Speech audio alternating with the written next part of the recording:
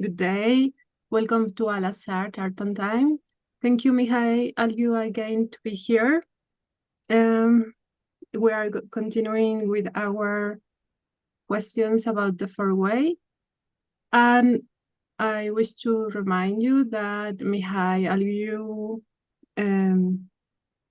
is having a workshop with Peter about four-way.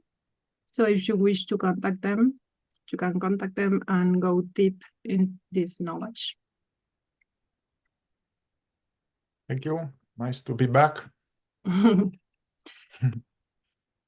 Yes, he have a very nice trip. So how the four-way helps people improve our lives? This is the first question that we have today. How does the fourth way path, which is a system of awakening, help us improve our lives? Well, I just want to start by making a dissociation, because there's a lot of teachings out there now, especially to go in a bookstore. I would say that you go into a so-called spiritual or new agey bookstore, I would say that 75% of the books are within the category of self-help. How to do this and improve your life. How to do this and improve your relationship, or make more money, or be less anxious, or be more convincing speaker, or how to get women being more charming, or whatever. So it's a lot of this self-improvement, which is legitimate, legitimate to try to improve your life. But the fourth way path is not for self-improvement. However, it will improve one's life. So I want to explain here something. All those books that I mentioned, or teachings on YouTube now, it's a lot about do this and you will get more clients, do this and people will like you, do this and you will be interesting speaker, do this and anyway. So all of that self-improvement is kind of ego improvement. It's like, from the point of view of fourth way, the fourth way teaches that humanity as it is, and we as we are asleep, unconscious. From the point of view of consciousness, consciousness is dormant, and we are in this setting of being below our potential, well below, and we are in a dreaming. We are in like a zombie, like a functional zombie. And all those teachings that I mentioned, they are like, they are not aware that we are like a zombie. And they think it's normal to be a zombie. And those teachings are like written by zombies, how to have a better zombie life. So it's more like those teachings, self-improvement is more like they are taking that, the sense of you, the sense of identity, you as the ego. Everybody takes themselves as me, as the ego. And the teachings are how to improve your ego to be more functional. To have more money, more relationship, more success. And it is very legitimate at the level of a zombie world, to try to have a more successful existence. But the fourth way is something else. Yeah. So the fourth way is about realizing that as we are incomplete beings. And as we are asleep. And then it's important to learn some methods, some tools, like using awareness, using mindfulness, using self-remembering, using certain kind of methods around emotions, about suffering, about self-observation, using this to observe that we are asleep. It's actually a pretty high stage to realize how asleep we are, how unconscious we are. The more we become conscious, we become aware of how unconscious we are. And if we persist for a very long time, we are becoming more conscious, more aware. And so the purpose is to wake up out of the dreaming of the ego, and to discover our true sense of self as the presence, rather than me as the story of Mihai, of Claudia. Yeah, all those self-help books are about the story of me. The ego is, it's not investigated. Yeah. So the fourth way, it's about waking up to our true self and going from there. So now, if we really do that, our life will improve. In which way? It will improve in a way that, instead of spending my whole day lost in daydreaming, that's what happens to most people. We are lost in daydreaming. And all of this, we are lost thoughts, past, future, inner commentary, voices, self-judgment, self-criticism, self-doubt, gossip, irritated, indignant, injustice. Our inner world is full of this, all this, they call the many eyes. They come up, they are totally mechanical, automatical, and they create this veil. So we don't see reality as it is. And we have this, like in cartoons, this bubble of these stories. Yeah. So through applying the fourth way, that diminishes. So then I have less dreaming. I am more present to reality as it is. My mind is much quieter, so I can look at the tree, I can look at the baby, I can look at the flower. I can basically diminishes suffering. Actually, it will improve my life, that it will diminish this suffering created by the monkey mind churning on all kind of imaginary problems. That's a lot. I mean, it like, the more conscious we are, my ability to deal with life. I'm now I'm dealing with life, not with an imaginary life. So also through the fourth way work, we have a lot of suffering connected to our negative emotions that are produced by all kind of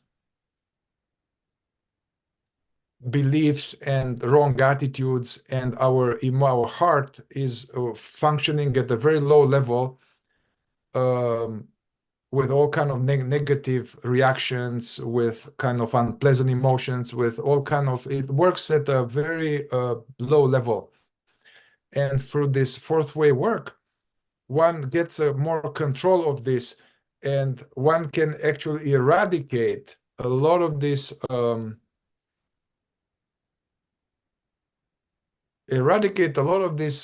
emotional reactivity, emotional, this irritation, frustration. It shouldn't be like this. All the negativity that is based on various imaginary attitudes. So then the emotional function will work at a much higher level, in a way that we feel more, we feel beauty more, we feel other people more, we have more discerning. So instead of our emotion center producing misery, our emotion center becomes a wonderful organ of perception and of being touched by reality. you know, like with the matrix, yeah, I'm coming back to a matrix. So the state, the natural state is like being in the jar, not being aware that one is in a jar, and imagining one is a successful person or one is a unsuccessful person. And those self-improvement books are like being in a jar trying to improve the imaginary existence. And the fourth way is like, hey, realize you are in a jar. and then kind of start to unplug yourself from being sucked by all of these forces. And then it's going to improve your life basically, but it's not going to be pleasant initially, because we realize our nothingness in some way, our imaginary life. But we first have to start from what's real to make our life better.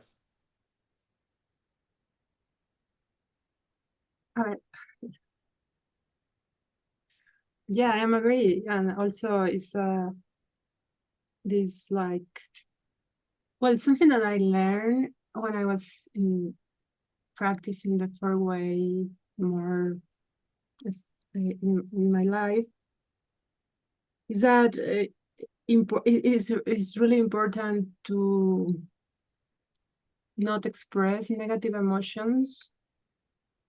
It's something that we learn every day in life, yes, that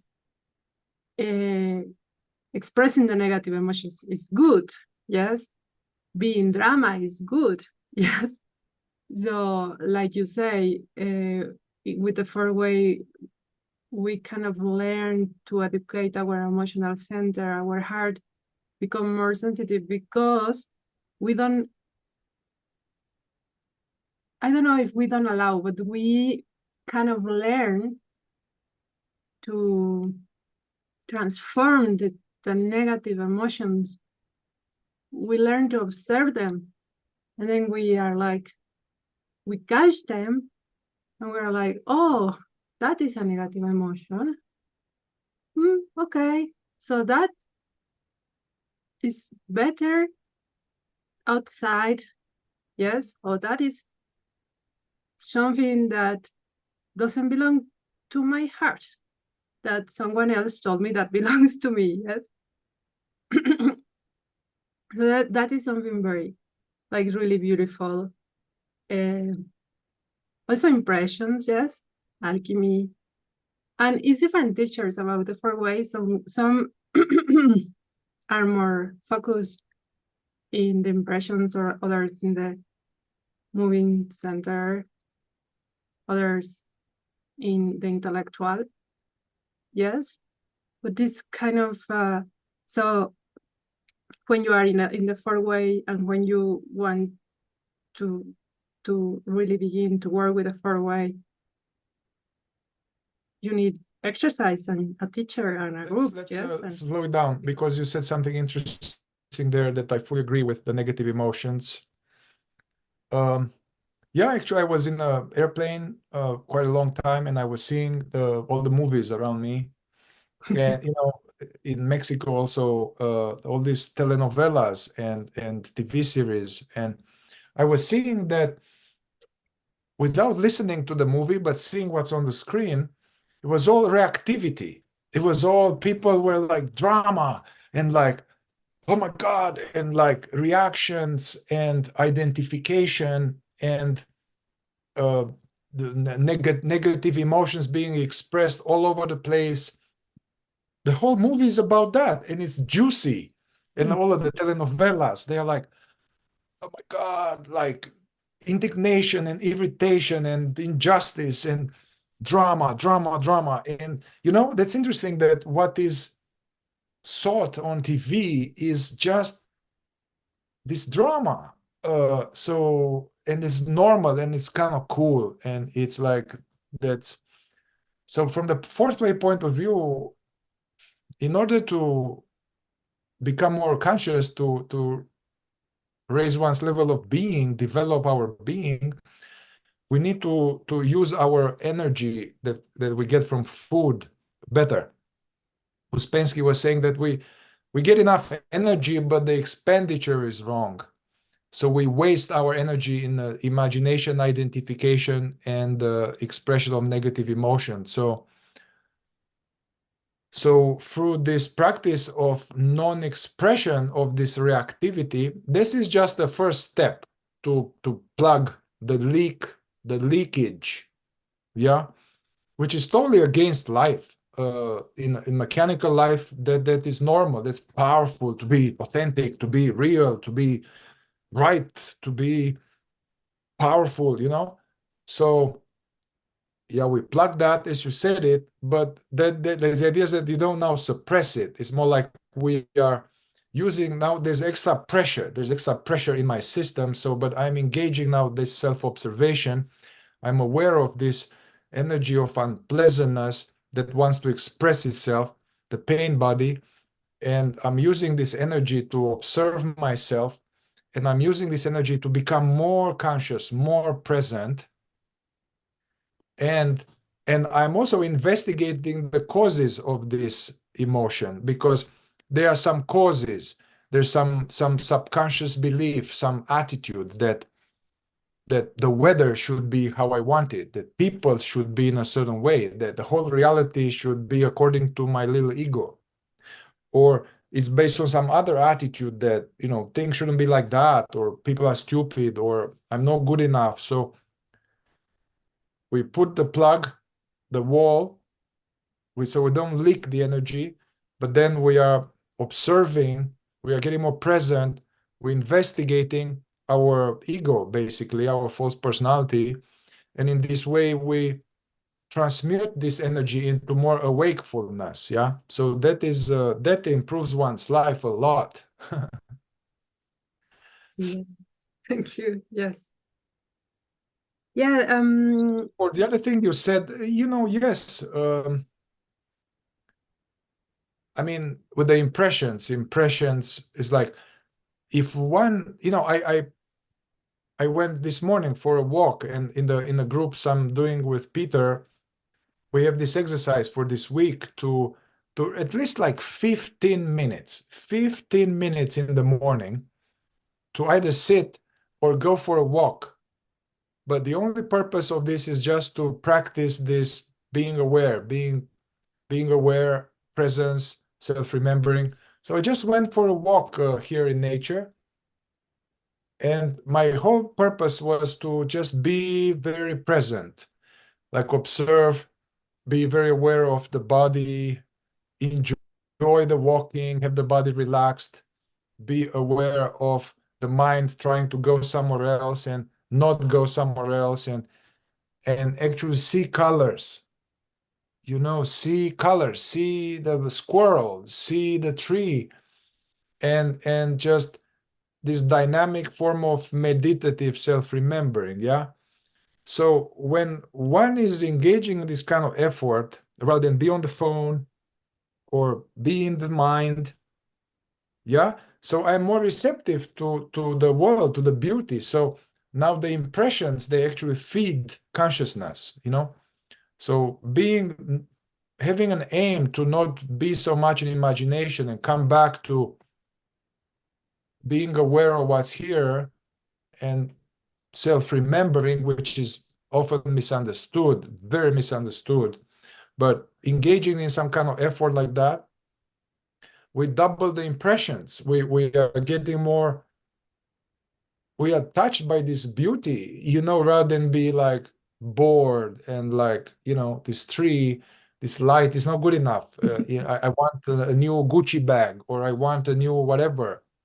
So, and yes, it's important to have a community or a group or a guide, because otherwise we forget and we get lost in the momentum of mechanical life, and our efforts are weak.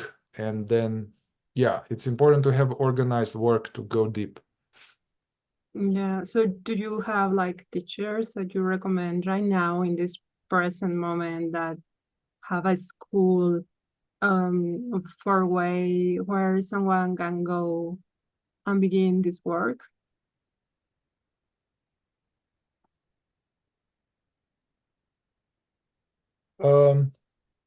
You know, I haven't found any recently like a fourth way based school or teachers that I feel comfortable with. I haven't. Um, I mean, I'm doing something with Peter Ingle, which actually Peter Ingle is a, a friend of mine and was dedicated. He spent a lot of time in the fourth way, decades, and I find him to be the wisest and the most integrous guide and wise man that has done this work and can help. I find him the healthiest and wisest expression of the fourth way I've ever met.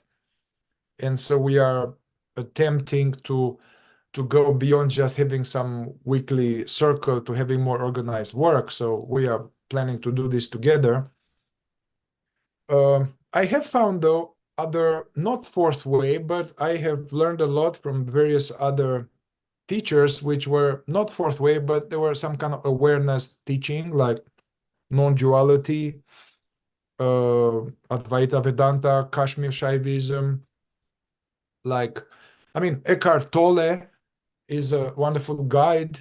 Uh, mm, Rupert Spira, Mhm. Francis Lucille, Adyashanti. There are many. These are more like in the flavor of non-duality, Advaita Vedanta. Um, yeah, I'm sure that there could be some fourth way teachers out there that are helpful. I just haven't met them. Do you know Asaf Braverman, and do you recommend him or not? Yeah, I know Asaf. I know he's doing some. Yeah, I believe he has a fourth way school. Um, you know, I haven't talked to him for 10, 15 years. Um, I respect his earnestness and I respect his focus on inner work and in his intelligence and um, yeah, actually, I haven't talked to him lately, so I don't know what to say. However, my friend Peter happened to have met with him recently. They met by chance. Peter Ingle and Asaf, they met by chance in recently, and then they met. And Peter told me that he had a very good feeling about Asaf, and he seemed very solid and very conscious and no bullshit. So I guess he could be a good option. Yeah. Yeah.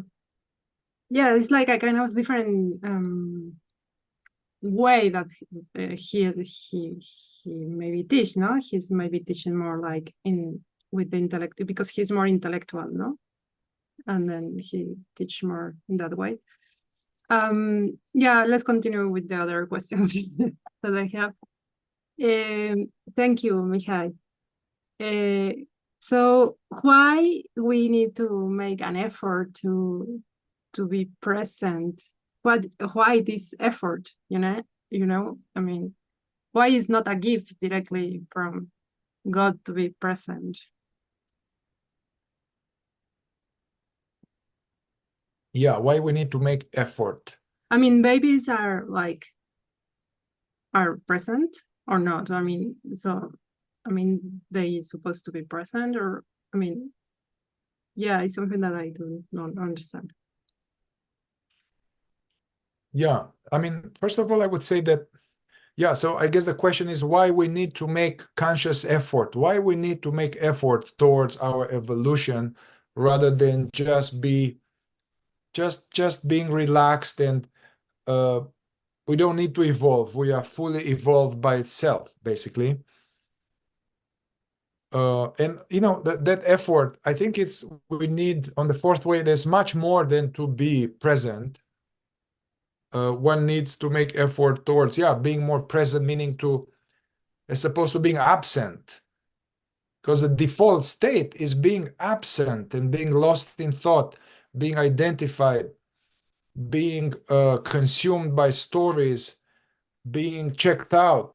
The default state is of really low level of awareness. So there needs to be effort to be more aware, be more present, observe our thinking, come out of imagining or daydreaming, observe our emotions, resist these mechanical things, investigate our attitudes, investigate different parts of our ego, investigate our lying, our unnecessary talk, our running programs of trying to get recognition, approval, trying to be liked. So it's a lot of conscious effort that's necessary. And the question is, why? Well, according to many teachings, including the fourth way, the creator, the father, the creator, the mother, God, created this human being as a special experiment, as a special creature that is in a special situation, that is a tricky situation. Like all the other creatures on this planet, it seems like God brings them to full completion. Like a cat, a tiger, a whale, a spider, a deer, somehow they reach full completion mechanically by itself. So when they become like a leopard or cheetah becomes 2 years old, is just the ultimate cheetah it can be. It's like already reached its full potential. Yeah. But with humans, and humans being like three-brain being, we have the emotional center, we have the instinctive motor function, sex center, but we also have the intellectual center, and the highly developed intellectual center and highly developed with a lot of potential intellectual center, more than a chimp, and the emotional center with a lot of potential, more than a horse or a dog. Yeah. So the idea in the system is that the human being machine is a special experiment that has the capacity of developing self-consciousness. And the other creatures, they don't have this capacity. What I mean self-consciousness means that to be aware of our own existence consciously, to be aware of our being, to be aware that this, which is aware right now, this presence is what we are. And we are not like a body, we are not a human, we are this aware being. And actually this aware being is God's being. So as they say in the teachings, I and the Father are one. Or the Atman is Brahman. Yeah. So we have this possibility of realizing the divine self within us. Whereas the cat and the dog, they already are in essence, they are natural, they don't have the misery of the ego. However, they don't seemingly have the possibility of self-consciousness. And for humans, there's this possibility, but this needs to be earned. This needs to be gained through conscious effort. Somehow we have this free will. We can remain as we are, and usually we devolve. We become less than an animal, many people. We become like a cancer on the earth. We start to kill each other for various reasons. So we can devolve, most likely, or we can evolve. We have some choice in the matter here.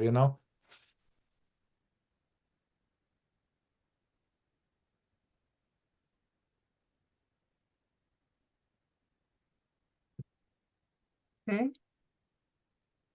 I think that's what I have for you about this. So what do you mean is people want to have to make efforts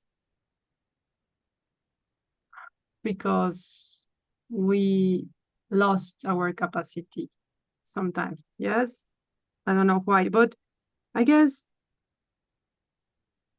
I mean, I learned and I verify that when it's the moon, it's more difficult for me to focus, and the gravity also, and it's many aspects that are like the nine force for our evolution. Yes, and then it's like a kind of this effort is a kind of something that we need maybe to be grateful, something that we lost the I mean, I don't know if I make sense. Like, yeah, kind of like you say in the beginning, something happened, maybe arrogance, or maybe something like that, vanity. And then we begin to lose our grace. Then to regain that grace or to remember about it, we have to do an effort that doesn't have to be an effort. I don't resonate with this theory that we were complete, we had everything, and then we lost it. I don't agree with that. I see it more like that as a human being, we come here half complete, half baked, and we have this possibility of using this body and this mind to create, as they call in the fourth way, the higher being bodies. We have the possibility, the potential from being an acorn to become an oak tree. So to develop our being, to be fully awake, we have this possibility. We are never fully awake. I don't think we're awake. I see children, although they are in essence, they're still reactive. They are identified all the time. They are not like a sage. They are not self-conscious. They are much more natural. So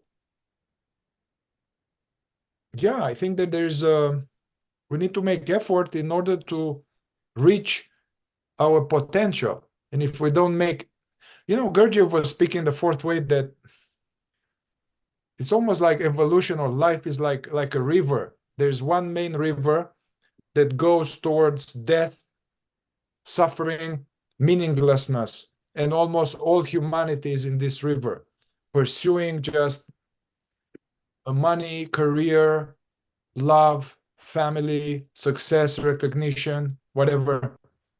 That he called it influence A, yes, or something. Influence A, yeah.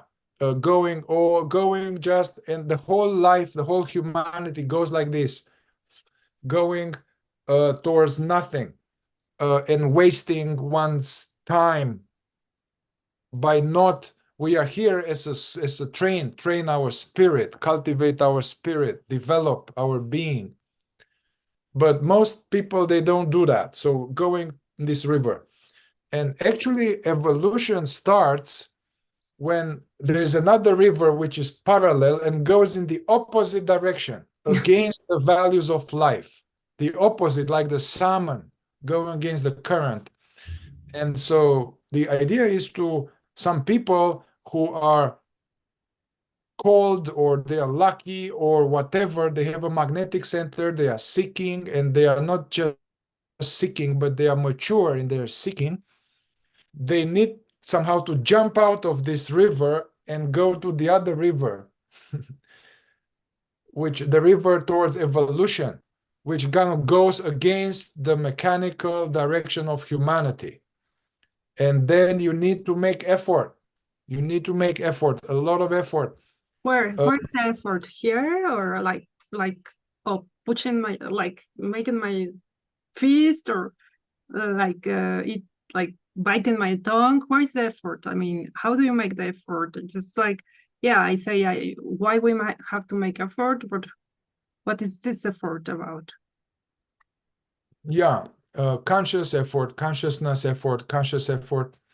Gurdjieff was saying that one thing humanity forgot, this part of, he called it part of duty, which is a conscious labor and intentional suffering.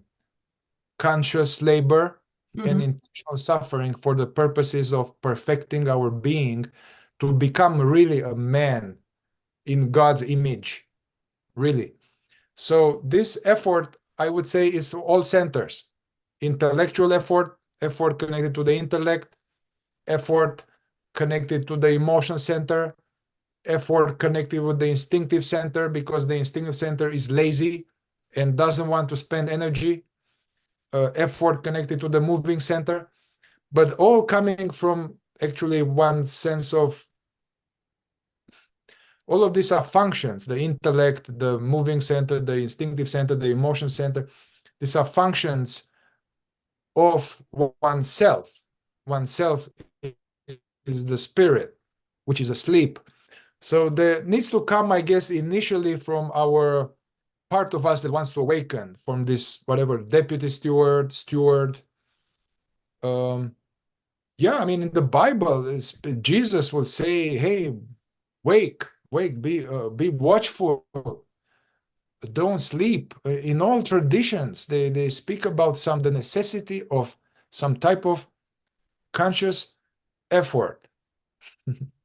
And if we don't do it, then we are going into the other river, kind of easy, but suffering and wasting life, wasting opportunity of having this body. And that can be like a descending octave for a human being, yes? Yes. Okay, so later we can speak about this ascending and descending and influencing and be and all these kind of theories. And if Yes. people want to go deep in this work, they can go to you, yes. Yeah. Yeah, I mean, if people are interested in, let's say, these kind of things that we are talking about, and they haven't been scared or like, oh my God, it sounds like a lot of work. If you're like feeling, oh wow, that's kind of, I like that, then yeah, you can reach out to me. I'm very passionate about doing this work for myself, and I'm very passionate about hanging out with people that are interested in inner work. And I have as a partner Peter Ingle. So, and we have a circle, and yeah. Yeah. So okay, I think we have one question more, but I think it's really related with the last one. Yes. Why the person that is mechanical can't evolve? Why a person that is mechanical can't evolve? Okay, so I want to define this being mechanical is that as we are asleep, which needs to be verified because we all imagine that we are actually awake. Right now we think that it's all good. But anyway, one can verify that as we are, we are not operating consciously. We operate running some mechanical programs. So our thinking goes in loops. Our emotional center is stimulus response, and we are kind of reactive to stimuli. And we just repeat certain patterns of thinking, feeling, behaving that were conditioned in childhood or were inherited from our ancestors or from society or from wounding, from trauma. So we are just like a automaton, as they say, like a computer. Actually, without self-consciousness, we are like a biocomputer that believes it's conscious, but it's not, and it's just running programs. And everybody's like that. Our moving center can be also, we move our hands when we speak, and this can be just totally mechanically, yes? Or like, Yes, everything is like that. And, as part of the moving center, you know, there's some helpfulness to that because, you know, I drive a car and you learn to drive a car, and now I drive a car without thinking about it. Or you learn how to walk, you know, like a baby is like, whoa, whoa, it's kind of hard. Then you learn how to walk, you don't think about it. Or you learn how to say, now we are told, the moving center now is automatically producing this thing, which is helpful for life, but that's not the problem. It's kind of more like our psychology, our feeling, our thinking, it's automatic, mechanical. So we are all like that. And so actually the whole evolution is to jumpstart this quality of awareness that is aware of our mechanicality. Something which is our true self, the real I, which is dormant, becomes more conscious and becomes aware of our mechanicality, and the stronger it becomes, it can have some option. You know, I mean, my mind wants to go into past or future all the time, but I wake up to it and I'm not going along with it. You know, I was walking now this morning and all these subjects will come tell me this, and I will be like, I'll catch it and not go along with it. So consciously I stay in the present. Something happens with my partner, then I'm like irritated and something in me wants to whatever, be upset, but I'm aware of it, I catch it, and I don't go along with it, you know? So evolution, yeah, it's somehow becoming more aware of our mechanical patterns, and the more conscious we are, we're able to interrupt them, put a spoke in the wheel of mechanicality. And the more we do this, bring awareness to these things, then it starts to operate more consciously. And there are still some areas of patterns that are useful, you know, as I said, in the moving center, patterns, speaking, all these languages we speak, they are patterns we learn in the intellectual moving center. But the idea that we are all start from being mechanical, and we are mechanical. The body mind is mechanical. We just try to awaken the true presence. And the more that is awake, then there's a conscious presence operating this mechanical vehicle. Thank you. Thank you very much, Mihai. Right. Welcome. Our friends for being It was here. nice. I hope that you put thumbs up in the video if you like it, and make a comment there and ask questions or whatever you want. Thank you. Bye-bye. Thank you. Bye-bye, everyone.